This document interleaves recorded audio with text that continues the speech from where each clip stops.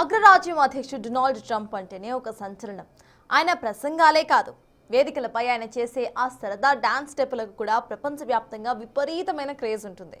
అయితే ఈ డాన్స్ విషయంలో ట్రంప్ పై ఇటు ఇంట్లోనే అభ్యంతరాలు వ్యక్తమవుతున్నాయట. తన డాన్స్ను ప్రపంచమంతా ఇష్టపడుతూ ఉంటే తన భార్య మెలీనియాకు మాత్రం అది అస్సలు నచ్చదని ట్రంప్ స్వయంగా వెల్లడించారు.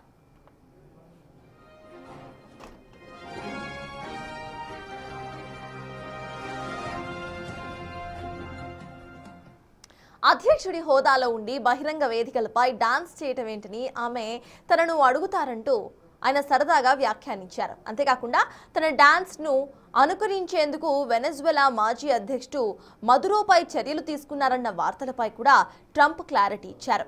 మదురో తనను అనుకరించింది నిజమేనని, అయితే డాన్స్ కోసం కాదు, అతడి హింసాత్మక చర్యల వల్లే చర్యలు తీసుకున్నామని స్పష్టం చేశారు.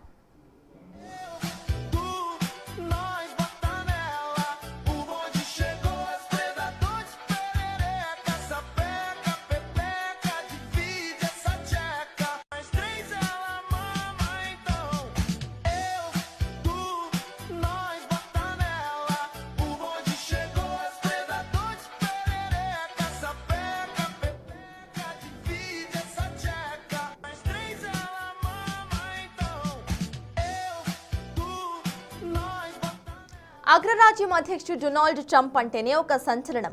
ఆయన ప్రసంగాలే కాదు, వేదికలపై ఆయన చేసే ఆ సరదా డాన్స్ స్టెప్పులకు కూడా ప్రపంచవ్యాప్తంగా విపరీతమైన క్రేజ్ ఉంది.